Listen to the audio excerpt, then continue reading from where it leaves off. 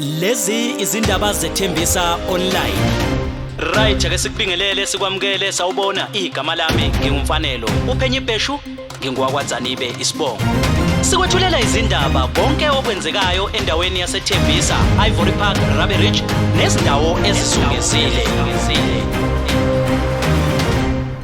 Right ake sikubingelele sikwamukele sawubona igama lami ngingumfanelo uphenye ibheshu ngingowakwaZanibe isibongo. Uyazi ke nawe izinto uma ngabe zenzeke eThembisa nathi ke siyasiqinisekisa ukuthi ke siyasondela sibeke indlebe bese ke siyakulethela sikwethulele zona njengoba zinjalo. Angeke ke ngasha uzamthilili ngingashubheshi into eyenzekayo ukuthi ke iMarch engukhukhulela ngoqo isifikile ke endaweni yaseThembisa uzokwethamela inkulumo okuyiyona ke ezoqinisekisa ukuthi le march ngabe ke inini. Ukhona ke uXolani Khumalo wayo ke uXolani Khumalo Foundation kanjalo ke nomhlonishwa ke naye ubaba uThulane Sikhwinyane obuya ke kwiThembisa Community Forum okuyi-TCF bazosichazela kabanzi ngemininingwane ukuthi ke imarch yabo ebhekeleke ekuphikisaneni nokuthi ke kube nabantu bokufika abangenazo ke incwadi ezifanele ekuthenini bebe la izweni laseNingizimu Afrika. Ngabe kuzohamba kanjani? Beka indlebe ukuze nawe uyizwele njengalokhu bethi ke ngey17 zayo lenyanga kaJune eThembisa Plaza ngo8 ekseni bazokwazi ukuthi ke behlangane. Kodwa ke angingabakhulumeli ake sibanikeze ithuba bekwazi ukuthi ke beyikhulumele okunye kongakulindela kule nkulumo. Kune-statement ke sesikhishwe ke iSantaco ekuruleni region ngephimbo lakhe ke umhlonishwa ke oyiPRO umnumzane ke uMncube. Sizozwa ke nakuye ukuthi ke kule nkulumo ngabe yena uchaza kanjani. Ake wethamele le nkulumo. Bahlonishwa ngiqale ngawe Khumalo kunjani? Ngiyaphila kunjani Benibheshu? Hayi siyaphila ngikunika ithuba ubingelele nje abantu ekhaya. Ngibingelele umphakathi waseThembisa wonkana and also ngibingelele nomphakathi wasekuruleni. Namhlanje kune announcement noma kune clarity esizoyenza because of we know ukuthi kunezinto eziningi ezenzakalayo so sifuna abantu basekuhlaleni babe nokugculiseka ekuthenini information right bayithola direct from us. Asibonga kakhulu emhlonishwa siyakwazi ake sikunika ithuba Sikhwinyane khamba kanjani futhi? Sanibona naye kumnandi mntaka siyazama ukuthi sihlanganise ngapha nangapha ukuthi sizophuma nemiphumela right for umphakathi wonke. Yeah. Asikunika ithuba ubingelele umphakathi. Mathembiseni amahle ma1632 amahle uThulani wakaSikhwinyane deputy chairperson eThembisa Community Forum. Ngibingelele nami abantu basekuruleni kuyimbumba yonke ahlangene oba whatever crisis eThembisa iba crisis for the whole of ekuruleni. Yeah. Asiqale ngawe mfowethu Khumalo ninesimemezelo ensenzile vele sesibonile kodwa ke sifuna ukwenza sure siconfirm ukuthi ngempela ngabe nenzani awusithathe nje sibeke emqondweni nge17 ngomhla ka17 sithembisa singabantwana bala eThembisa singabobhuti nabosisi nabogogo nabomkhulu bala eThembisa siyamasha against labantu abakhona la eThembisa or la South Africa akungamelanga babe la abafike ngembobo abangangenanga ngegate. So futhi siyamatcha simachela ubugebengu obukhona la eThembisa. Sithi abantu bala eThembisa we know very well ukuthi mabenza imisebenzi noma ephathi kuba nabantu abafike babamba inkosi bafike babadubula.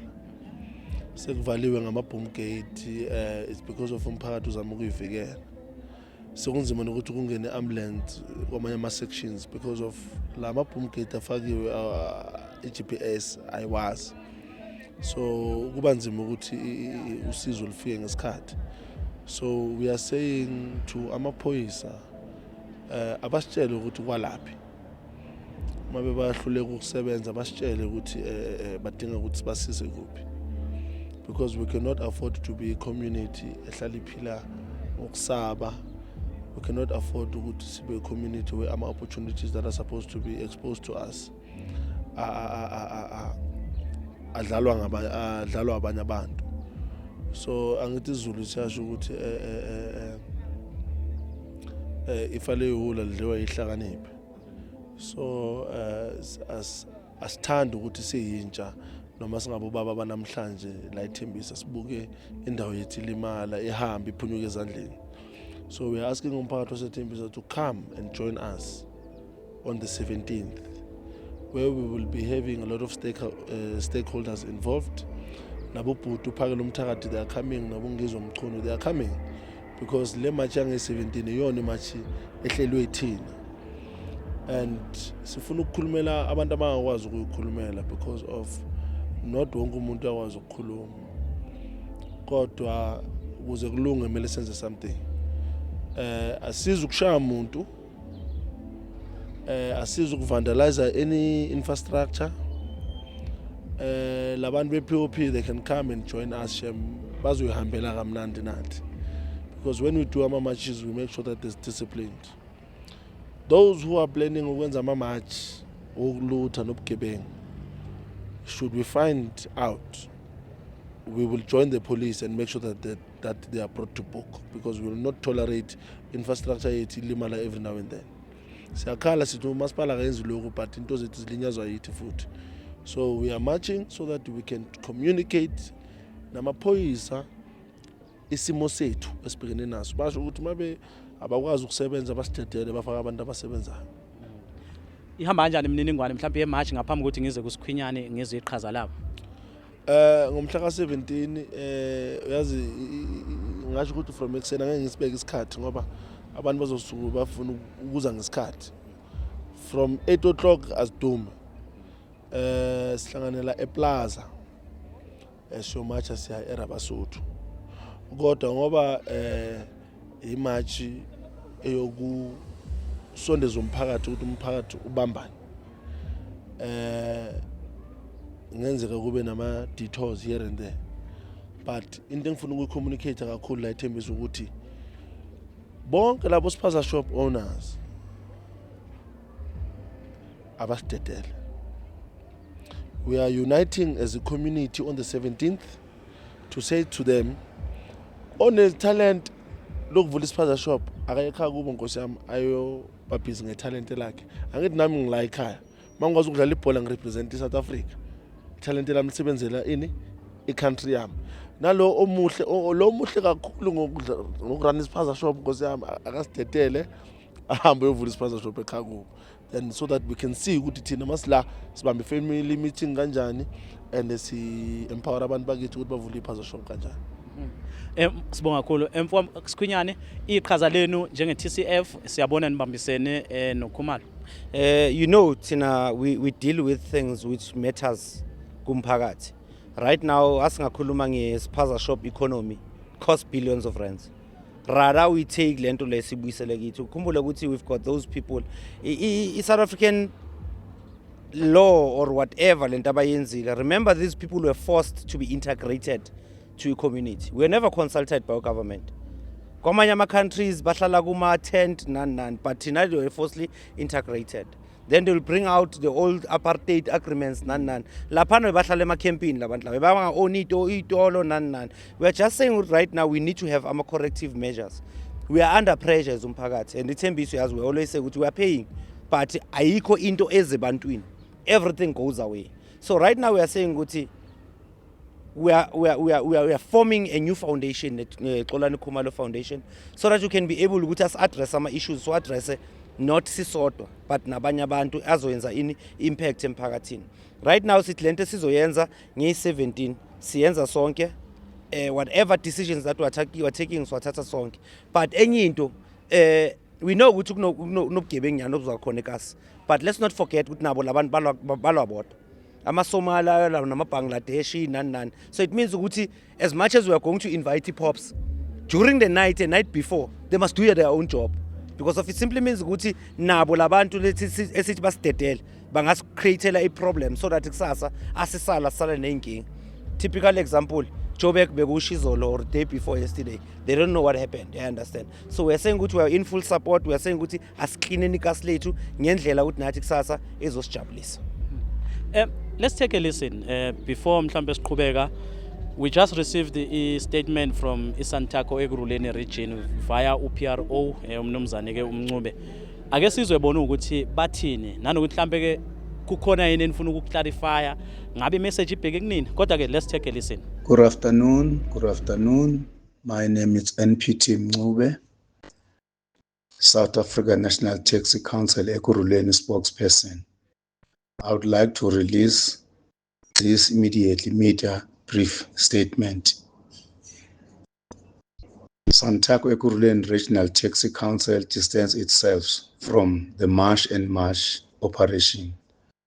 The South African National Taxi Council Ekurhuleni Region Taxi Council has noted with concern reports and social media narrative alleging that the taxi industry is associated with, endorses, or participating in the so-called March and March operation aimed at removing foreign nationals from South Africa.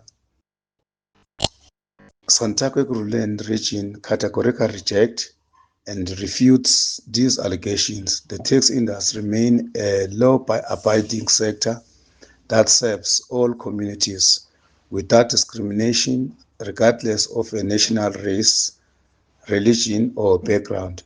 Our primary mandate is to provide safe, reliable, and accessible public transport service to all commuters who depend on the industry on a daily basis.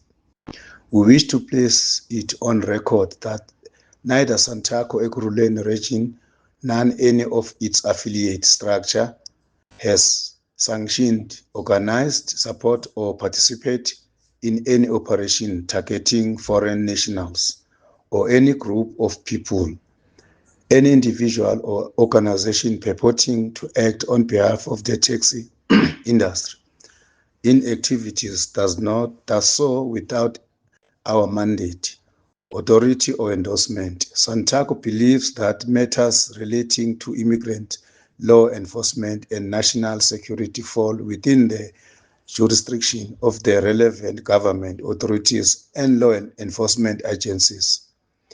As responsible stakeholder, we respect the Constitution of the Republic of South Africa, the rule of law, and the fundamental rights afforded to all persons within the country.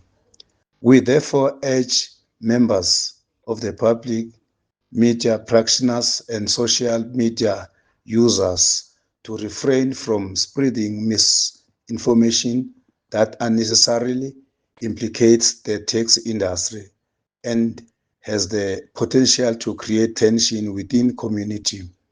The taxi industry remains committed to promote social cohesion, peacefully coexistence, and economic development within the communities we serve. We call upon all stakeholders to exercise restraint, engage constructively on issues affecting society, and allow the relevant authorities to address matters within their legal mandate. The taxi industry serves commuters, not division. We remain committed to unity, law conduct, and service excellence.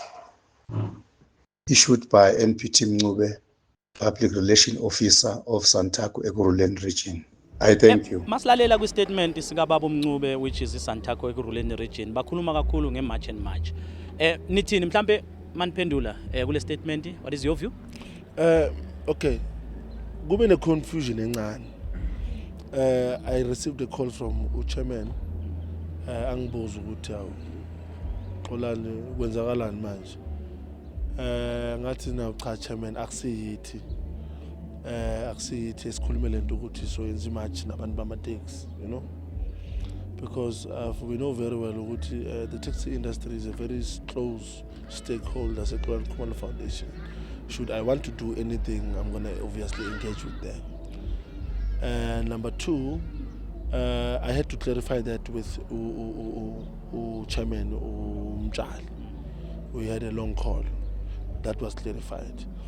And I believe with March and March, because we are very close to March and March.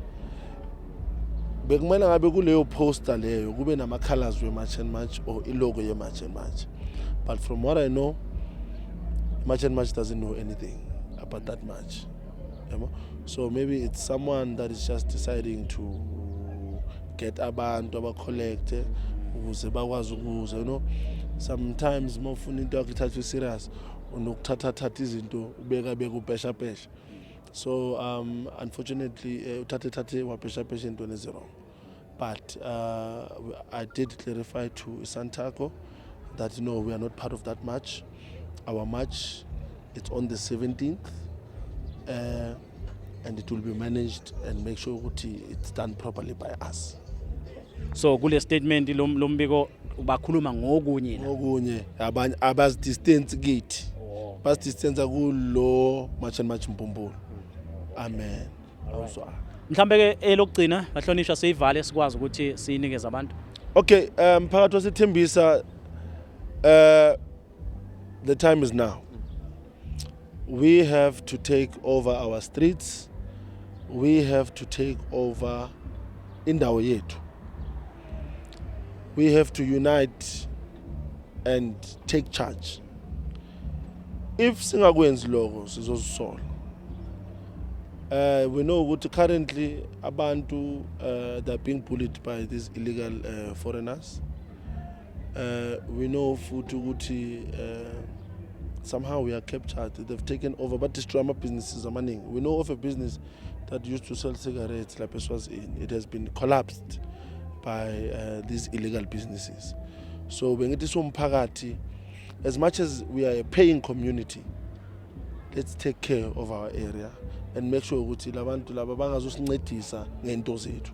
Ukubona uphatha isikhaftini ngapha umuntu njalo yena uyakuncedisa. Ukhipha ithusilayo uyahlephula. We can't afford that. For our services to come to Tembisa, we have ukuthi spring cleaning so that umasipala na uzosho ukuthi ayina iTembisa siyaziyo still vele abantu nabanje. So ngibiza wonke umphakathi wala iTembisa ukuthi awube khona usijoine singama leaders of the community, usijoine samba ne-TCF, which is a very big stakeholder. Ekuyenzeni sure ukuthi izinto ezimele ziye emphakathini ziyaya emphakathini. So besinabantu ababuya ngaphandle abavakashi, let's behave very well. Singazihlazi ngoba sobe invite abantu ababuya eKZN. Singazihlazi abantu basethembisa kanti bayiphatha kanje. So ngibiza umphakathi abangasebenzi aba off mabeze basijoine. We are marching and ocabanga ubugebengu angesimosha isikhathi ngiyaphinda futhi. Once weza ngengqondo zobugebengu uzoshaywa yithi. Amaphoyisa ngekuthinte. Uzothintwa yithi uze emaphosini so right. Yes. Yake muzwa kwethu njengalokho ke uyizwela bekhulumela ingakho ke nje kunjengoba uzwa okwakho nje ke ukuthi ke nawe ke wenanele uzwe lokho ke abakukhulumayo imniningwane abachaza ke ukuthi ke iyahluka kunaloko kunye obukuzwa kulokho ke abaqinisekisayo ezindabeni zethembisa online ngingumfanelo uPhenyi Bheshu wakwaDzanibe ithombe ke nemsindo siqoshelwe uAsisipho Figland kanti ke umbiko lona ohlanganisiwe njengestatement seSantaco sithunyelwe ke iyona iSantaco kanti ke sase sisihlanganiselwa ke ubanele uBrazo wakwaSondlo ake siyivale la